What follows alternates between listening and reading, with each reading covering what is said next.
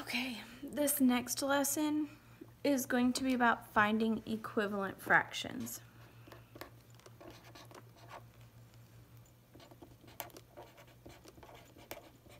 Equivalent fractions.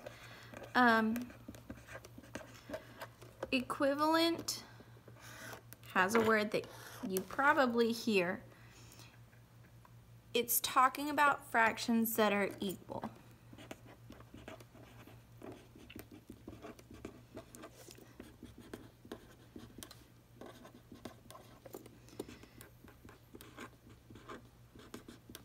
Okay, so it means that your fractions have to be the same amount, okay?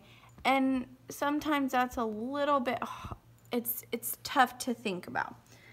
So here, I'm just gonna take 1/4, okay? I'm gonna start with a fraction tower. I'm just gonna take 1/4. There's only one of them. It would take 4 to make a whole, but I'm only looking at 1. Now, using my other fraction towers here, if I look at thirds, there's not a way to make even 1/3 be equal to that 1/4. So I know that one's, I can't have a fraction that's the same that has 3 as a denominator, but I can look at fifths and sixths, and when I look at those, there's just not a way to make a sixth be equal to 1/4. 1/6, 2/6, it doesn't matter. Either way, they're not the same size. Now, when I get to eighths, okay, I'm gonna look at these eighths, and if I take 1/8, that's not big enough, right? But if I put 2/8 here, they're the same size, okay? So 1/4 is equal to 2/8. They're the same amount. I could take and I could kind of substitute in 2/8 or 1/4.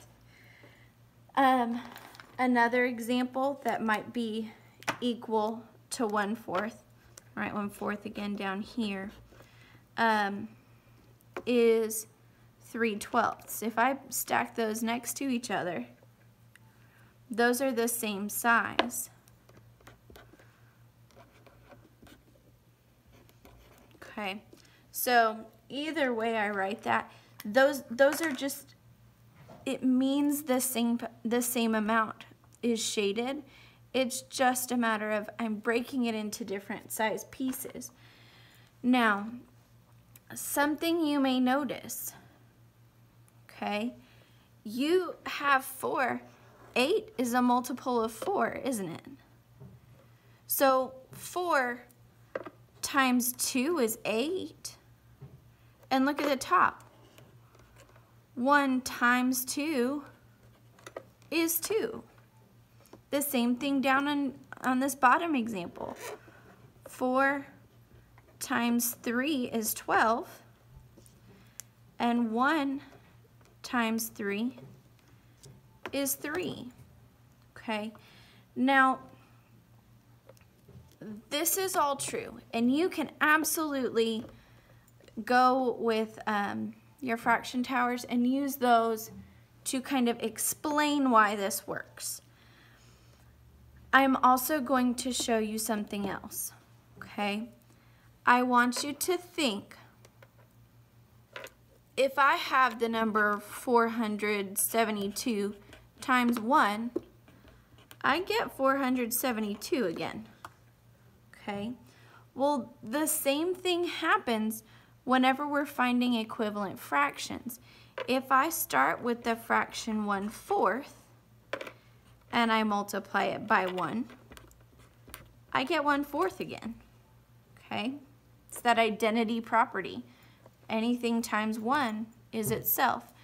Well, what if I take this 1 and change it, kind of give it a little makeover, and say that instead of saying 1, I'm going to say 2 halves.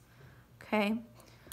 1/4 times 2 over 2. 1 times 2 is 2. 2 times 4 is 8. Look, with numbers I've proven.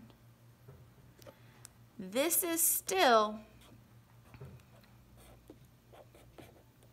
the same thing as saying 1. 2 halves is the same as 1 every time. Okay? So you can multiply, and even down here, if I have 1/4 times 3/3, well, 3 times 1 is 3, 3 times 4 is 12. Look, I got the same number. It works every time. I don't care what number you put here. If I take 1/4 times 100 hundredths, I've got 104 hundredths. Guess what?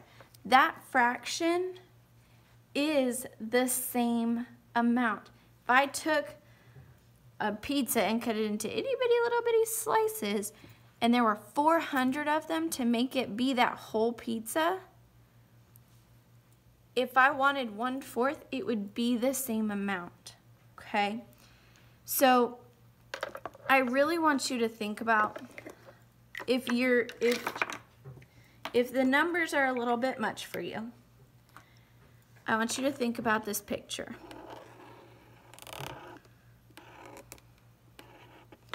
Okay? Now, here I have 1/4 shaded. Okay? All I'm going to do is take each of these 4 pieces and divide it into 2. And really that's what I'm doing here. I'm taking each of the pieces and putting it and making it be 2 individual pieces instead of 1. Okay? So here I have a picture that I'm going to actually go over that in a different color where I divided it into 8ths.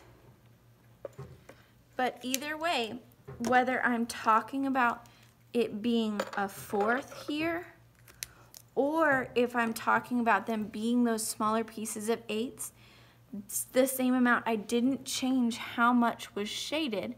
I just changed what it looked like. I just added some more lines, okay?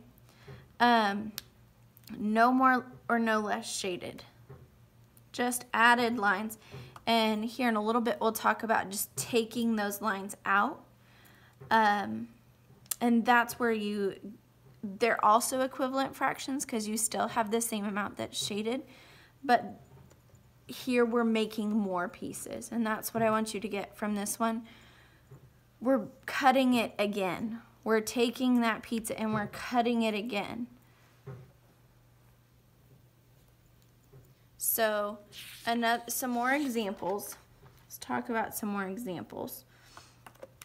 If I have, maybe this time I have 2/3. Okay, so this time I'm going to write 2/3 as my example. Now, because I know my multiples of 3, I know that I'm not going to be able to take a half. 1/2 isn't equal, and 2/2 is too much. So I know that I can't use my halves. I obviously have my thirds right here, so I don't need to check those. 4ths.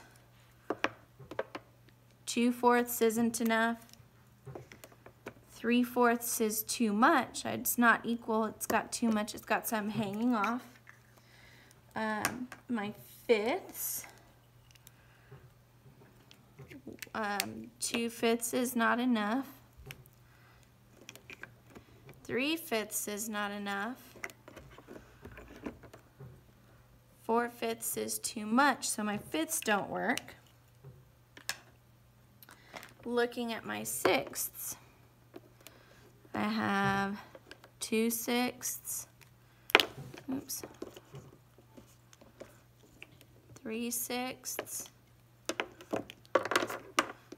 4/6.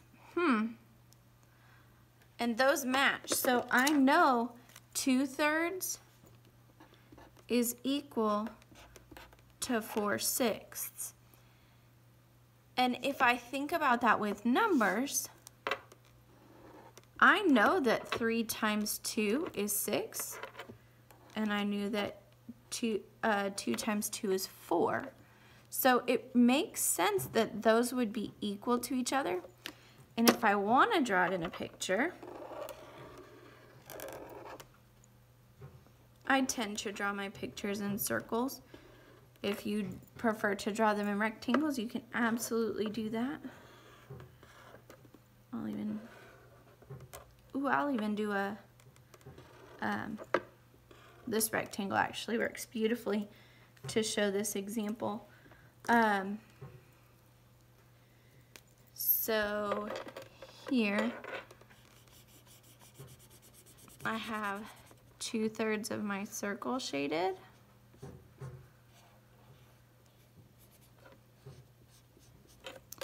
I have 2/3 of my rectangle shaded. And again, all I'm doing here is taking each of my pieces that I have and dividing it into two individual pieces instead of just having one. This rectangle works really well this time because I'm just taking and dividing each of them into two. So this one rectangle that was by itself, this one piece, I just cut it into 2 pieces now. So then I still have, instead of having that 1 piece, 2 piece, 3 pieces, now I have 1, 2, 3, 4 pieces out of 5, 6 pieces. And here again I have 1, 2, 3, 4 pieces, which is that numerator again, out of the 6 pieces it took to make that whole. And like I said before, you don't have to stop with just the numbers that you have as your in fraction towers. If I have 8s here, 1, 2, 3, 4, 5 8s is not enough. 1, 2, 3, 4, 5 8s is not enough.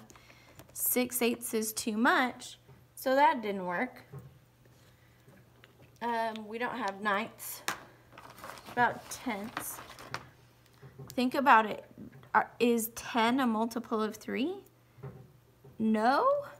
So that's not one that's going to work. I can line them up and see that 1, 2, 3, 4, 5, 6/10 is not enough, but 11/10 is too much. Once I get to 12ths though, think about, does 3 times something equal 12? Well, let's look. 1, 2, 3, 4, 5, 6, 7, 8. 12ths appears to be the same size as 2/3, but let's check it just to make sure.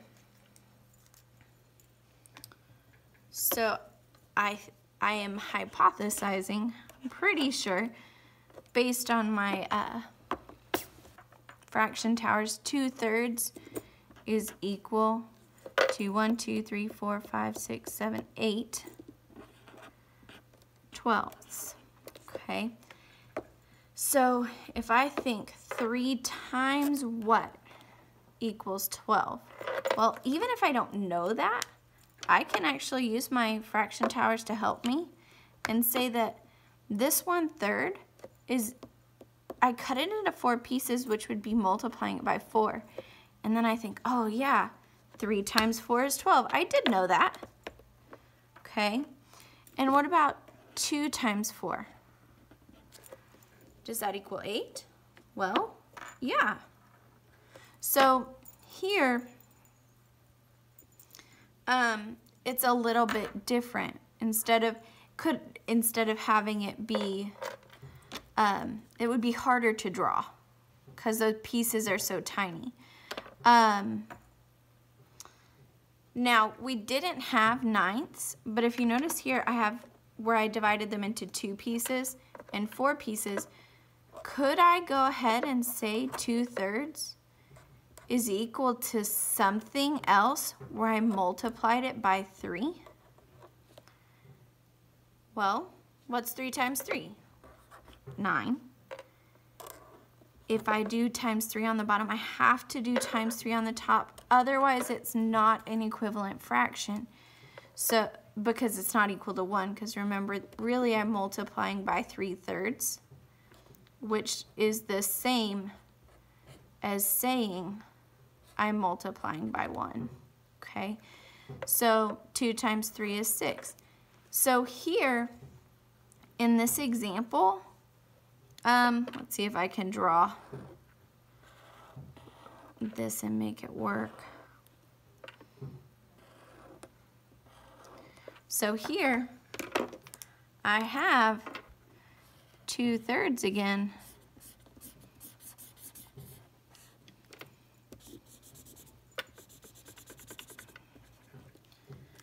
And I'm going to go ahead and divide that. I'm going to split that up into more pieces. I'm going to take and instead of it being dividing each piece into 2 pieces, I'm going to divide each piece into 3 pieces. So again, I can show with a picture that 1, 2, 3, 4, 5, 6, here are 6 that were shaded out of 7, 8, 9 total pieces.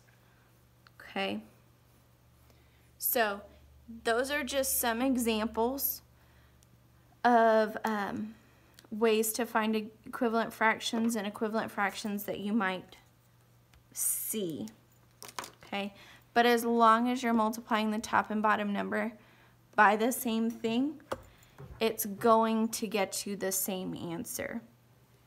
Even if I do something like 9/10, this kind of goes back to your decimals and being able to say 9/10 is equal to 90 hundredths.